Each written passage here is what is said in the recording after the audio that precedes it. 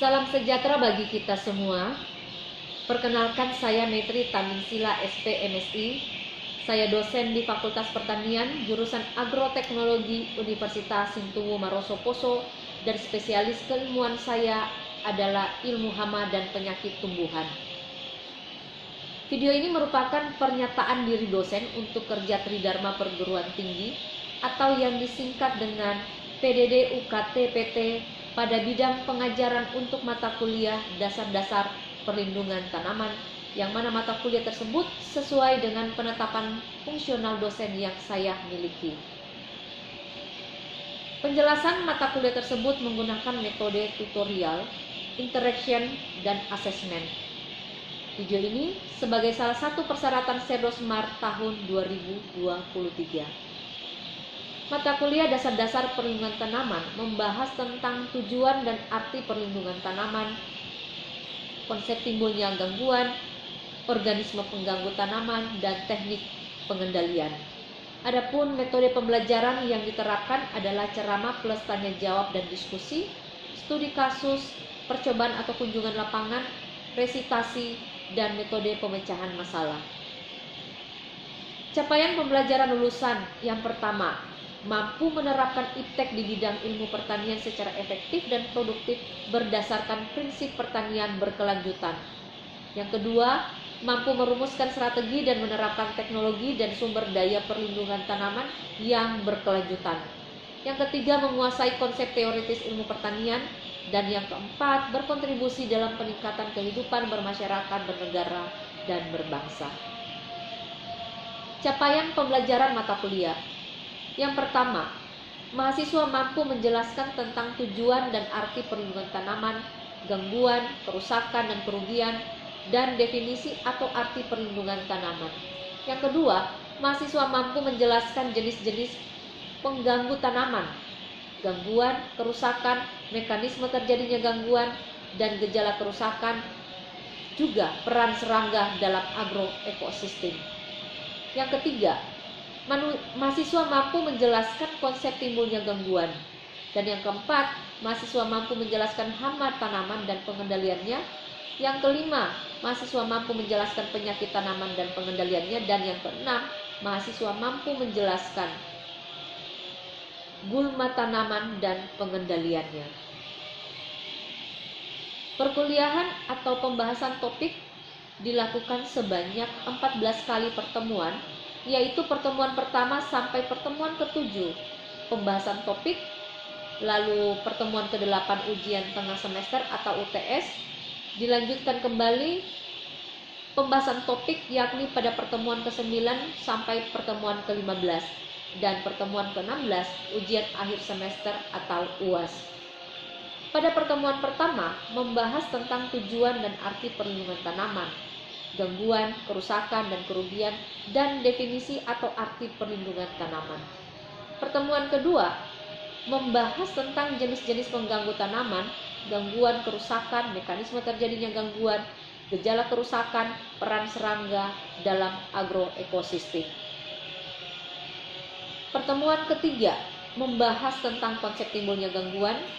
Pertemuan keempat sampai pertemuan ke-7 membahas tentang hama tanaman dan pengendaliannya. Pertemuan ke-8 ujian tengah semester, dilanjutkan pada pertemuan ke-9 sampai dengan pertemuan ke-12 membahas tentang pengendalian penyakit tanaman dan membahas penyakit tanaman. Pertemuan ke-13 sampai 15 membahas tentang gulma dan pengendaliannya, dan pertemuan ke-16 ujian akhir semester. Adapun nilai akhir mahasiswa ditentukan dari hasil performa mahasiswa pada kehadiran dan aktivitas lainnya selama perkuliahan, dan ini dipresentasikan sebagai berikut: kehadiran 10%, tugas-tugas 15%, praktikum 25%, UTS 25%, dan UAS 25%.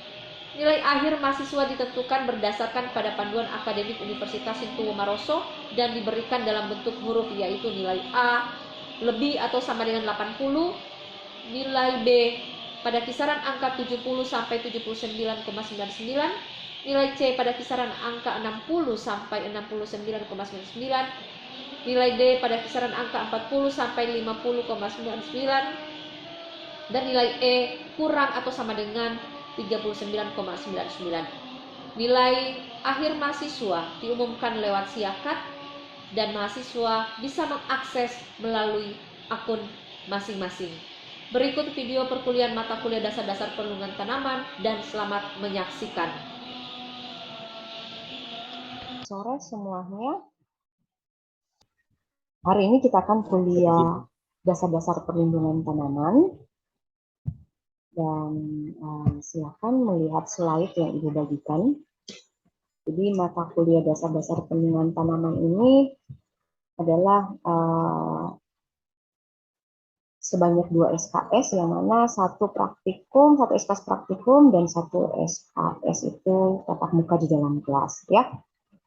Jadi hari ini kita akan melaksanakan perkuliahan kurang lebih selama 30 sampai 45 menit, ya. Tapi sebelum Ibu lanjut, Ibu ingin memberikan atau menyampaikan bahwa apa capaian pembelajaran mata kuliah kita untuk mata kuliah dasar-dasar perlindungan tanaman. Jadi capaian pembelajarannya adalah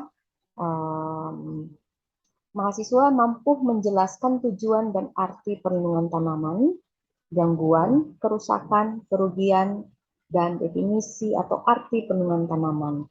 Dan metode pembelajaran kita pada pertemuan pertama ini adalah dengan metode ceramah plus diskusi dan juga tanya jawab.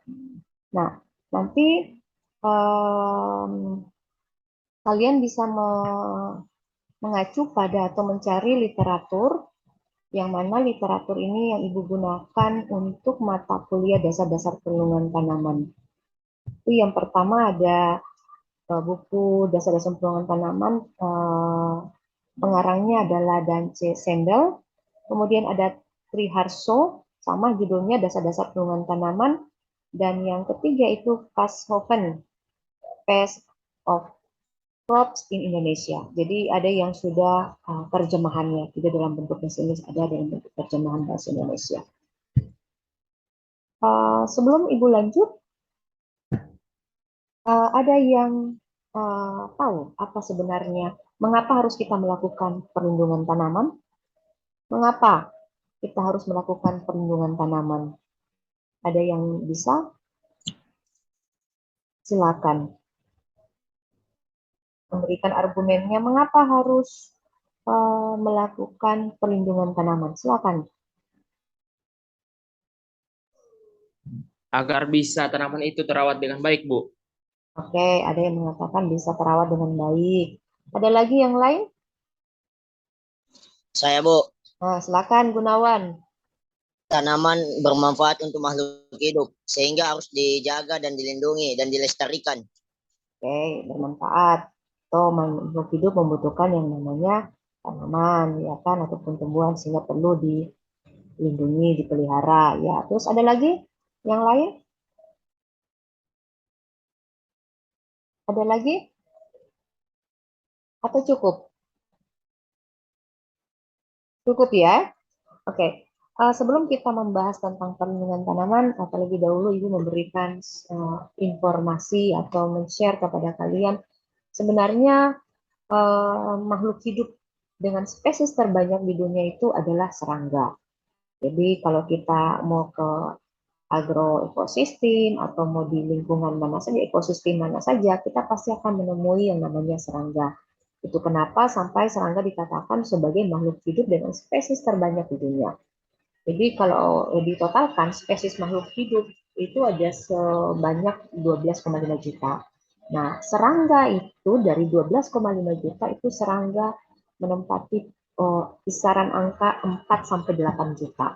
Itu baru serangga. Nah, kenapa dikatakan tadi bahwa serangga merupakan spesies terbanyak di dunia? Lalu jumlah makhluk hidup yang sudah teridentifikasi itu baru 1,5 juta. Dan serangga dari 4 sampai 8 juta itu baru sebanyak 950.000 serangga yang teridentifikasi, ya. Nah, kenapa serangga itu dikatakan merupakan spesies tertinggi dan terbanyak yang yang ada pada ekosistem kita. Karena serangga itu mempunyai keragaman yang tinggi, ya, keragaman. Jadi bermacam-macam, bahkan sampai bentuknya, habitatnya di mana, mau di darat, ya kan, ataupun mau di laut. Ada serangga di air ya, serangga air namanya. Dan juga bioekologinya itu adalah apa ya, sangat tinggi keragamannya ya. Jadi kenapa serangga itu dikatakan sebagai organisme yang paling banyak pada satu ekosistem. Nah, ini adalah kalau kita mau lihat dibuatkan dalam bentuk distribusi, juga dibuatkan dalam bentuk persentase distribusi jumlah spesies dalam satu ekosistem ya. Itu serangga itu, atau di dunia itu serangga itu yang menempati sebanyak 55,56%. Lalu yang berikutnya adalah tumbuhan, itu 23,23%. Nah, 9,9% itu dari golongan arthropoda ya. Lalu moluska 4,4%, invertebrata lainnya 5,5%, kemudian ada 3,3% itu adalah chordata. Jadi kalau dilihat persentase distribusinya ya serangga hampir setengah itu ya, hampir setengah itu 55, lebih dari setengah 55,56% ya. Nah, selanjutnya bagaimana posisi perlindungan tanaman dalam sistem produksi pertanian? Jadi sebenarnya perlindungan tanaman itu tidak hanya pada saat tanaman itu sudah tumbuh atau sudah mau panen tidak, tetapi mulai dari persiapan lahan, mulai dari pengolahan tanah, pemilihan bibit, benih, penanaman, perawatan, pengelolaan air, pemupukan, penyiangan, bahkan sampai pada proses pengolahan hasil. Itu harus dilakukan yang namanya perlindungan ya. Jadi terlebih-lebih pada saat fase vegetatif maupun generatif, di mana hama dan penyakit itu pasti akan kita temui dalam satu agroekosistem. Bahkan pada saat panen pun ada hama pasca panen dikatakan ya, atau misalnya juga penyakit-penyakit pada pasca panen. Lalu pada saat juga pengolahan hasilnya. Ini yang perlu dilakukan ya. Jadi mulai dari tahap awal penyiapan lahan sampai pada proses pengolahan hasil perlu dilakukan perlindungan ya. Nah, apa sih itu perlindungan tanaman? Tadi yang Ibu sudah tanyakan kepada kalian, menurut kalian seperti apa itu? Apa itu perlindungan tanaman? Ada yang mengatakan tadi bahwa karena tanaman itu kita butuhkan sehingga perlu dilindungi. Ada yang mengatakan apa ya tadi? Ada tadi siapa? Bisa diulang lagi? Yang pertama menjawab tadi siapa? Hiskia, Bu. Ya, oke, Hiskia. Tadi apa Hiskia? Jawabannya perlindungan tanaman. Mengapa harus dilakukan perlindungan tanaman? Karena jika tanaman tidak dirawat, Ibu, tidak dapat memenuhi kebutuhan kita, Ibu. Oke, kita tidak bisa mendapatkan hasil dari tanaman yang kita budidayakan sehingga perlu dilindungi. Ya. Jadi perlindungan tanaman itu ya tujuannya adalah agar tanaman kita itu bebas dari gangguan, bebas dari pest. Pest itu bisa dikatakan hama, serangga hama, bisa penyakit dan juga gulma.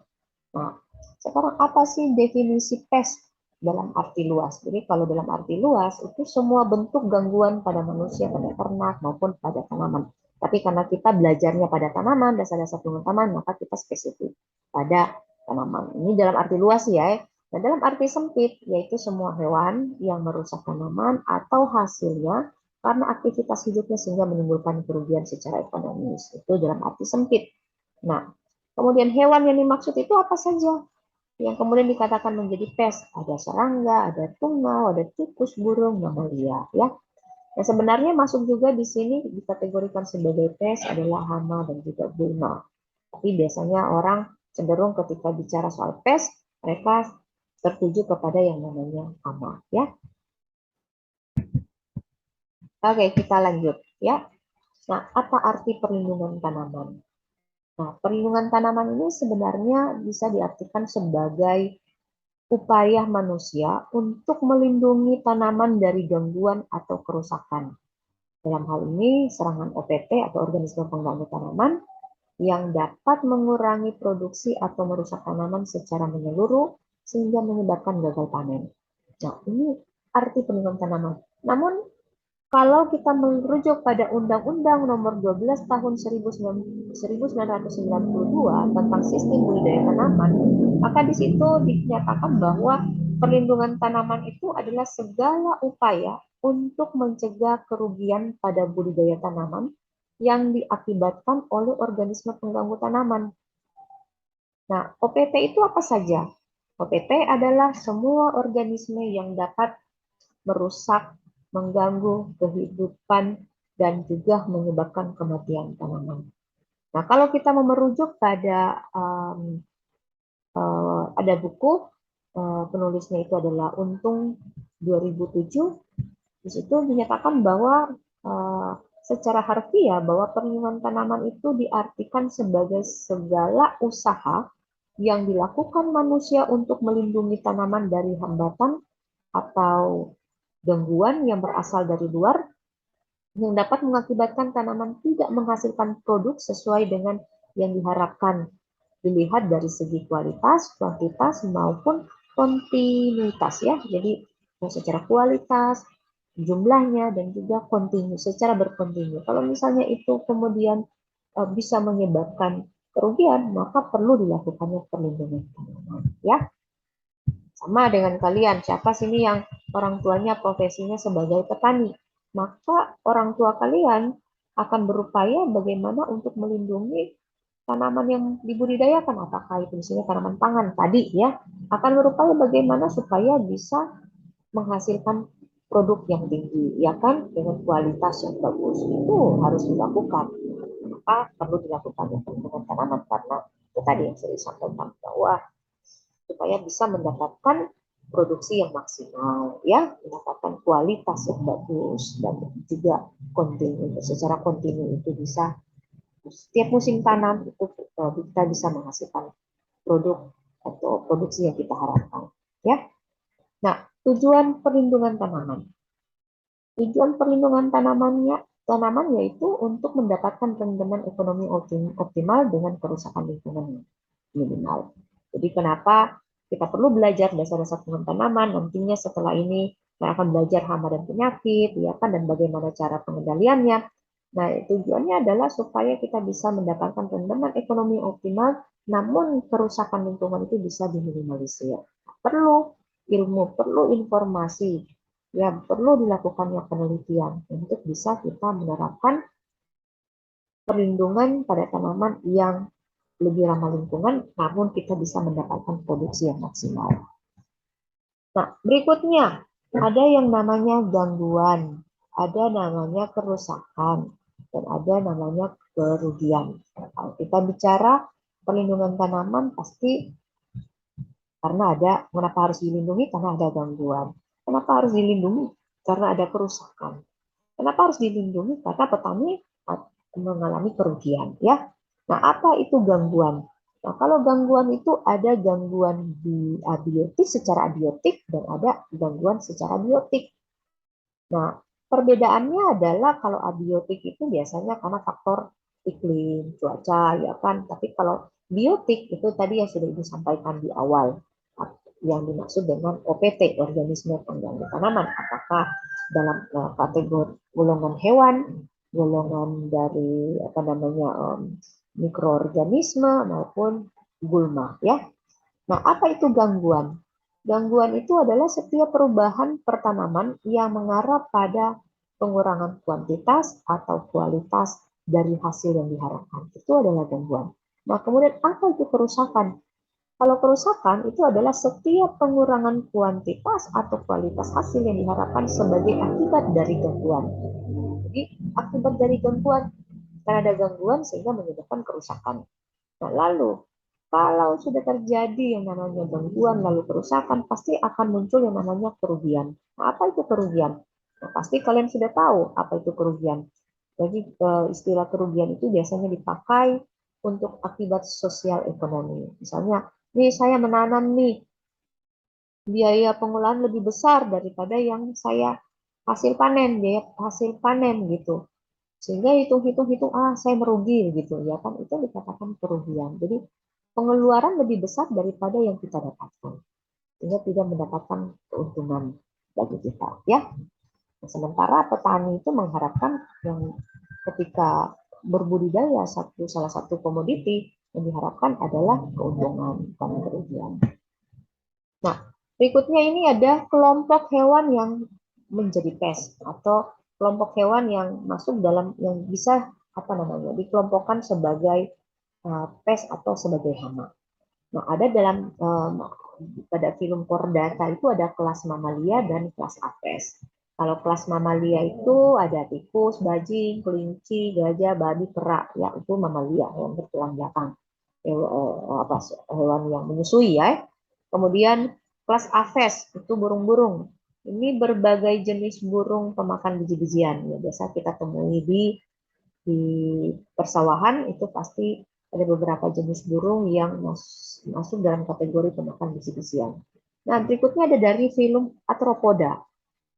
Kalau film Arthropoda ini ada dari kelas insekta dan juga dari kelas arachnida. Nah, kalau insekta itu kelas insekta yaitu serangga ya. Itu serangga. Lalu kalau dari kelas arachnida itu tungau ya. Dan berikutnya ada dari film Mollusca.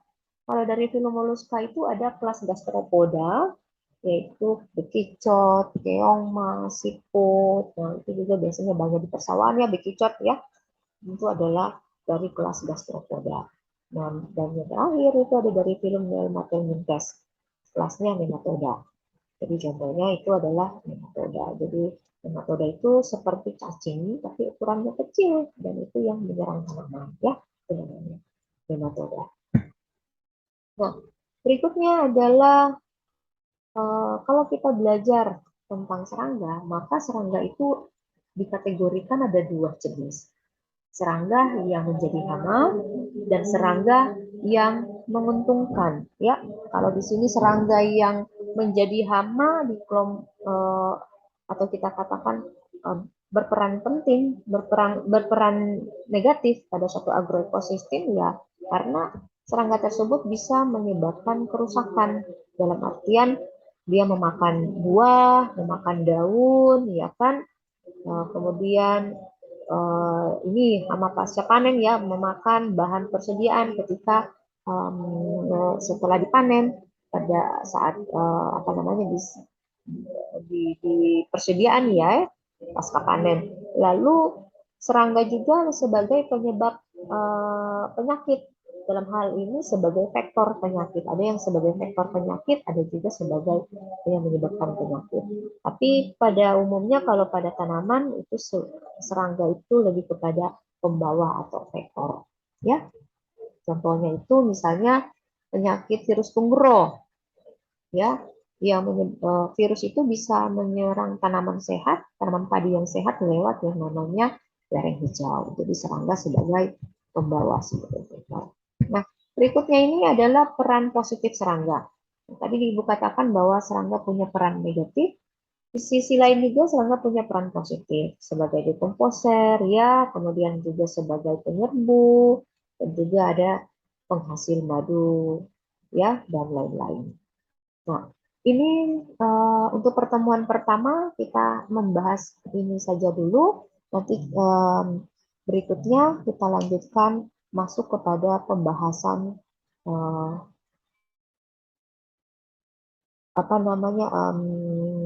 segitiga.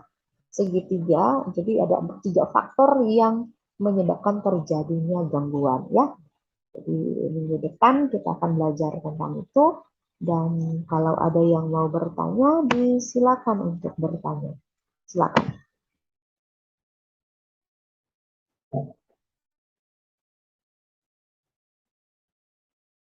Ada yang mau bertanya? Silakan.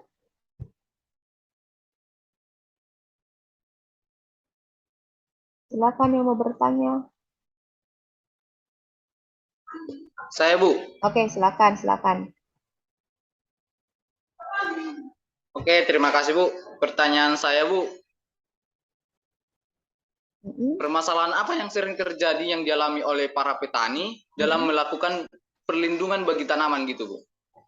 Oke. Kalau hasil observasi di lapangan, jadi masalah apa yang dihadapi oleh petani ketika petani melakukan perlindungan tanaman ya? Itu ya, Mas Er. Oke. Yang pertama adalah satu, kurangnya informasi yang benar, yang tepat oleh petani bagaimana mau mengendalikan suatu hama ataupun penyakit di lapangan. Itu yang pertama. Mekanismenya seperti apa. Kemudian, kira-kira senyawa apa atau insektisida apa yang harus digunakan. Nah, gini, kadangkala petani itu tidak bisa membedakan yang mana hama dan mana penyakit. Sehingga pada saat mereka membeli produk di toko tani, misalnya insektisida ataupun fungisida, bakterisida, itu tidak berdasarkan dari pemantauan pengetahuan yang mereka miliki, misalnya, oh ternyata ini adalah serangan hama, oh ini ternyata serangan akibat penyakit yang disebabkan oleh bakteri atau jamur. Pengetahuan itu yang mereka tidak miliki. Sehingga pada saat mereka membeli produk itu salah beli, sehingga pada saat aplikasi itu tidak tepat sasaran. Nah, itu yang terjadi. Yang kedua adalah tidak adanya pendampingan. Memang di lapangan itu di desa ada PPL, tetapi PPL ini kadangkala terbatas. Ya, terbatas dalam artian banyaknya sangat kompleksnya persoalan pertanian di desa, sudah ada peternakannya, sudah ada pertaniannya. Nah, pertanian itu mulai dari komoditi, dari tanaman pangan, tanaman horti, tanaman perkebunan, sehingga kadangkala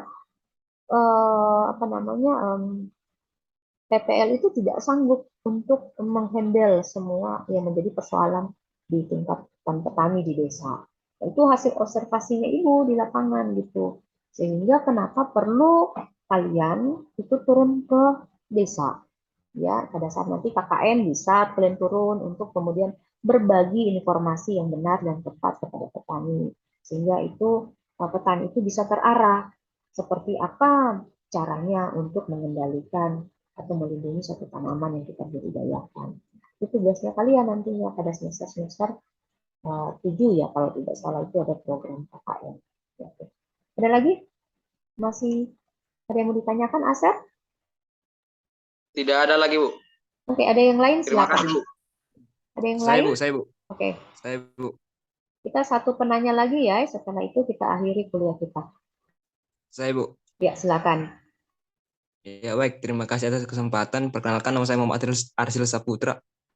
Pertanyaan saya, kan pada umumnya para petani mengendalikan hama dengan menggunakan insektisida, Bu. Insektisida, ya. Ya. Pertanyaan saya, apakah ada cara lain selain menggunakan insektisida itu, Bu, untuk para petani? Iya. Cara lain mengendalikan hama? Oke. Jadi pengendalian itu kalau kita belajar nantinya, nanti ini di pertemuan-pertemuan berikutnya kita akan belajar bagaimana cara mengendalikan suatu hama ya. Nah, pengendalian itu kan ada beberapa teknik pengendalian. Yang tadi yang Muhammad Asli sampaikan adalah itu menggunakan senyawa kimia ya, insektisida. Namun ada teknik pengendalian lain secara fisik, mekanik, secara budidaya, dan yang berikutnya ada penggunaan agen hayati. Ya, itu bisa kita kombinasi. Jadi, ketika kita melakukan pengendalian di lapangan, kita jangan hanya bertumpu pada satu teknik pengendalian. Kita harus memadukan beberapa teknik pengendalian. Misalnya, tergantung jenis hamanya seperti apa. Kalau misalnya hama di lapangan bisa dikendalikan secara mekanik, maka kita kendalikan secara mekanik. Kemudian, jikalau misalnya kita punya bibit-bibit atau benih yang diberikan oleh pemerintah, atau yang kita dapatkan itu adalah benih unggul, ya sebaiknya menanam benih unggul, jangan menanam benih yang rentan. Lalu misalnya gini, oh ternyata sekarang banyak hasil-hasil penelitian tentang agen hayati. Kenapa tidak kita menggunakan produk-produk agen hayati yang mana itu bisa menggantikan insektisida. Jadi tidak harus menggunakan insektisida, tetapi karena petani kita sejak dahulu sudah terpola bahwa pengendalian OPT di lapangan itu harus menggunakan pestisida, maka mereka selalu menggunakan yang namanya insektisida, fungisida, bakterisida. pada tanaman yang kita budidayakan, ya.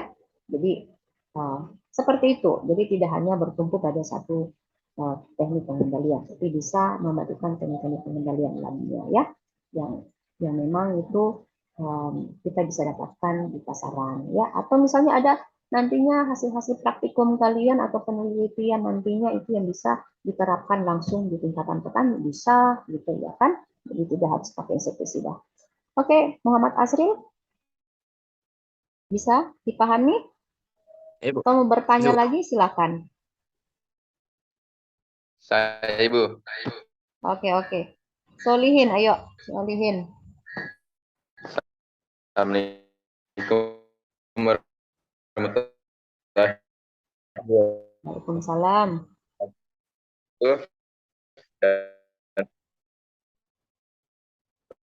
Sore. Ibu, saya menyerang penyakit. Ya. Halo. Ya, silakan Solihin.